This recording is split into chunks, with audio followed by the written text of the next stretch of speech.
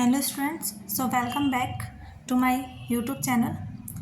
आज हम पढ़ेंगे पार्ट 4 क्लास 9th बायोलॉजी का, जो कि हमने पिछले कुछ टॉपिक्स कवर कर रखे हैं हमारे पिछले पार्ट्स में। तो हम नए टॉपिक पे आते हैं। चलिए स्टार्ट करते हैं। फिर हमारा नेक्स्ट टॉपिक है इंसेक्ट पेस्ट कंट्रोल। आखिर हम इंसेक्ट पेस्ट से कैसे कंट्रोल पाएँ। तो देखिए, इंसेक्ट पेस्ट भी कुछ टाइप के होते हैं, जैसे कि चीविंग इंसेक्ट होते हैं। चीविंग इंसेक्ट क्या करते हैं कि वो प्लांट्स को च्यू करते हैं, उनके ब्रांचेस को, उनके लीव्स को चबाते हैं और चबा करके घोट जाते हैं, मतलब वो स्वेल कर जाते हैं उसको, जिस वजह से प्लांट्स जो हैं वो कमज़ोर हो जाते हैं, सड़गल जाते हैं और वो डिस्ट्रॉय हो जाते हैं। कुछ इंसेक्ट सकिंग इंसेक्ट होते हैं, जो कि क्या करते हैं, प्लांट्स के फ्लावर्स या फिर प्लांट्स में जो भी जूस होते हैं उनको सक कर लेते हैं, जिसकी वजह से प्लांट्स में सीड भी डेवलप नहीं कर पाता है और प्लांट्स वीक हो जाते हैं, प्लांट्स की डेथ भी हो जाती है और प्लांट्स जो होते हैं निडल लाइक हो जाते हैं, यानी कि बहुत ही कमज़ोर हो जाते हैं। कुछ होते हैं इंटरनल फीडर्स, यानी कि जो प्लांट को अंदर ही अंदर खा जाते हैं। शुगर केन को भी कुछ इंसेक्ट्स ऐसे होते हैं जो कि अंदर ही अंदर खा जाते हैं, अंदर ही अंदर खोखला कर देते हैं, फिर उसके अंदर कोई जूस नहीं बन पाता है। तो ऐसे कुछ इंसेक्ट्स होते हैं जो कि इंटरनल फीडर्स भी होते हैं। अब हमें नेक्स्ट पढ़ना है डिजीज़ ऑफ क्रॉप प्लांट्स। तो आखिर में क्रॉप प्लांट्स में कौन कौन सी डिजीज़ होती हैं, कौन कौन सी बीमारियां होती हैं। प्लांट्स में भी डिजीज़ हो जाती हैं, प्लांट्स में भी बीमारियां हो जाती हैं, जिस वजह से प्लांट्स जो हैं ग्रेन्स अच्छे नहीं प्रोड्यूस कर पाते हैं। तो चलिए हम जानते हैं कौन कौन सी बीमारियां होती हैं और किस वजह से बीमारियां होती हैं, उनकी दवाइयाँ क्या हैं, या फिर हम बीमारियों से प्लांट्स को कैसे बचा सकते हैं। चलिए हम पढ़ना शुरू करते हैं। कुछ डिजीज़ें ऐसी होती हैं जो कि सीड बोर्न होती हैं, कुछ सॉयल बोर्न, वहीं एयर बोर्न डिजीज़ भी होती हैं, as well as water borne diseases भी होती हैं। सीड बोर्न डिजीज़ में क्या होता है कि जो डिजीज़ होती हैं वो स्प्रेड होती है थ्रू सीड्स, बीज से ही बीमारियां फैल जाती हैं, जैसे कि ergot of bajra, leaf spot of rice. Soil borne disease कौन सी होती है, जो कि सॉयल से स्प्रेड होती हैं, जैसे कि smut of bajra, tikka disease of groundnut. वहीं air borne disease blast of rice, rust of wheat. Water borne disease की बात करें तो बैक्टीरियल ब्लाइट ऑफ राइस। अब हम क्रॉप डिजीज को कंट्रोल कैसे करें, उनसे कंट्रोल कैसे पाएँ, ये जानते हैं। स्टार्ट करते हैं कंट्रोल ऑफ क्रॉप डिजीज़ के बारे में।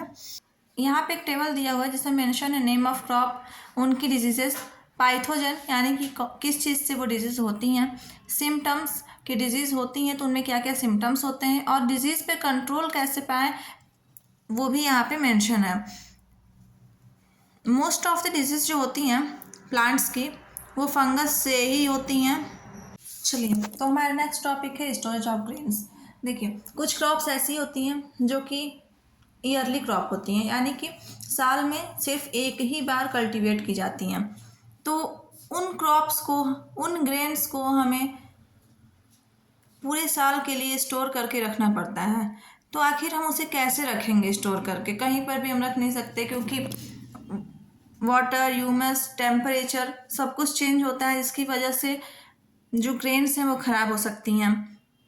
तो ग्रेन्स को स्टोर कैसे करते हैं उसके भी 3 टाइप्स हैं, 3 लेवल्स हैं। तो चलिए उनको एक एक करके हम समझते हैं। First one is at producer formal level, यानी कि फार्मर्स अपने ग्रेन्स को कैसे सेव करके रखें, फर्स्ट लेवल ये होता है। सेकेंड लेवल पे ट्रेडर्स ग्रेन को कैसे सेव करके रखें उनकी, और थर्ड लेवल होता है एट FCI यानी कि फूड कॉरपोरेशन ऑफ इंडिया। तो हम लोग को ये तीनों लेवल्स पे पढ़ना है। ग्रेन्स को हम लोग सेव कैसे रख सकते हैं, ग्रेन्स को हम लोग डिस्ट्रॉय होने से कैसे बचा सकते हैं। अगर हम बात करें बायोटिक फैक्टर्स क्या होते हैं, तो बायोटिक फैक्टर जैसे कि रोडेंट्स, मेट्स, बैक्टीरिया, बर्ड्स, ये सब क्या करती हैं, ये सब भी फूड ग्रेन्स को नुकसान पहुंचा देती हैं। और वहीं अगर हम बात करें एबायोटिक फैक्टर्स की, तो एबायोटिक फैक्टर्स में टेम्परेचर और मॉइस्चर कुछ ज़्यादा ही रोल अपना प्ले करता है। तो समझते हैं कैसे रोल प्ले करता है ये टेम्परेचर और मॉइस्चर। अगर हम बात करें इफेक्ट ऑफ टेम्परेचर की, तो देखिए, टेम्परेचर से भी कुछ माइक्रो ऑर्गेनिज्म कॉज हो जाते हैं, जिस वजह से फूड ग्रेन्स जो हैं वो ख़राब हो सकती हैं। तो टेम्परेचर का भी बहुत बड़ा इम्पॉर्टेंट रोल रहता है। टेम्परेचर मेंटेन करके भी रखना बहुत ज़रूरी होता है, ताकि हमारी जो ग्रेन्स हैं वो सेफ रह सकें। अगर हम बात करें इफेक्ट ऑफ मॉइस्चर की, तो देखिए, हमें हमेशा ग्रेन्स को सेफ स्टोरेज में रखना चाहिए, यानी कि ऐसे स्टोर में रखना चाहिए जहाँ पे हमारी ग्रेन सेफ रह सकें। हमें ये भी ध्यान रखना चाहिए कि वहाँ पे मॉइस्चर जो है ना बढ़े, ताकि मॉइस्चर अगर वहाँ बढ़ेगा तो बैक्टीरिया, फंगस, एंजाइम्स ये सब क्रिएट होने का चांसेस रहेगा। इसलिए हमें ड्राई हीटिंग भी देनी चाहिए प्लांट्स को, ताकि वो नॉर्मल कंडीशन में रह सकें, उन्हें मॉइस्चर ना मिले। वहीं अगर हम बात करें इफेक्ट ऑफ ह्यूमिडिटी का, तो ह्यूमस का कैसे असर होता है हमारे ग्रेन्स पे, तो देखिए एक टर्म आता है वेट हीटिंग और डैम्प ग्रेन हीटिंग। तो इसका क्या डेफिनेशन होता है, तो इसका मेन डेफिनेशन यही है कि the rise in temperature of stored food grains due to the growth of moulds and fungi and germination of stored food grains under high humidity conditions of air is called wet heating और damp heating. देखिए जब humus कुछ ज़्यादा हो जाए तो हमें क्या करना रहता है, थोड़ी थोड़ी सी हीट देनी पड़ती है, या फिर मतलब थोड़ा कोल्ड प्लेस, मतलब टेम्परेचर का हमें सबसे ज़्यादा ध्यान रखना पड़ता है कि टेम्परेचर हमेशा कंट्रोल में रहे हमारे ग्रेन्स के पास। प्रिवेंटिव एंड कंट्रोल मेजर्स, तो आखिर हम लोग अपने ग्रेन्स को जो हमने स्टोर करके रखा है उसे कंट्रोल कैसे करें ख़राब होने से, उन्हें हम लोग प्रिवेंट कैसे करें बैक्टीरिया से और अलग अलग डिजीजेस से। तो इसको हम एक एक करके समझते हैं।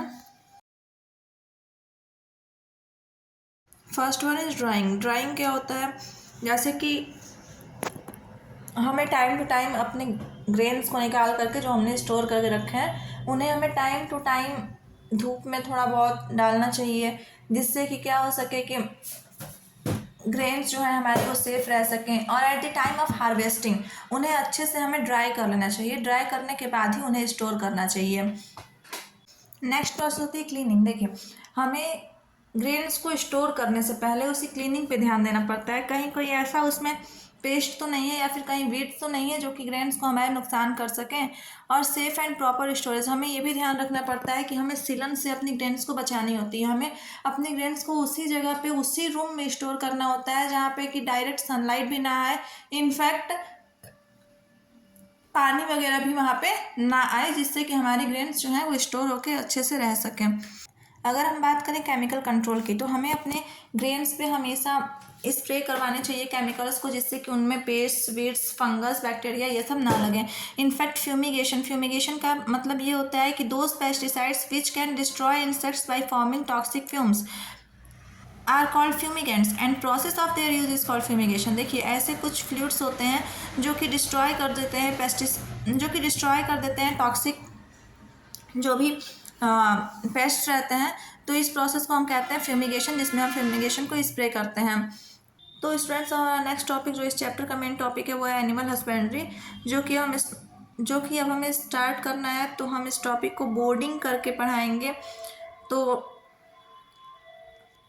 चलिए फिर इस वीडियो में इतना ही। नेक्स्ट पार्ट में हम एनिमल हस्बेंड्री को पूरा ख़त्म करेंगे और फिर नेक्स्ट चैप्टर पे चलेंगे ना। ओके स्टूडेंट्स, आज के वीडियो में इतना ही। मिलते हैं आपसे नेक्स्ट वीडियो में एनिमल हस्बेंड्री टॉपिक के साथ, जो कि हम अपने नेक्स्ट वीडियो में ख़त्म कर देंगे। तो okay, thank you.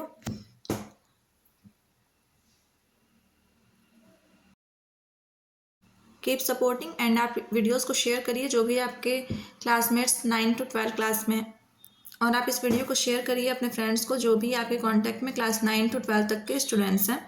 Okay, thank you.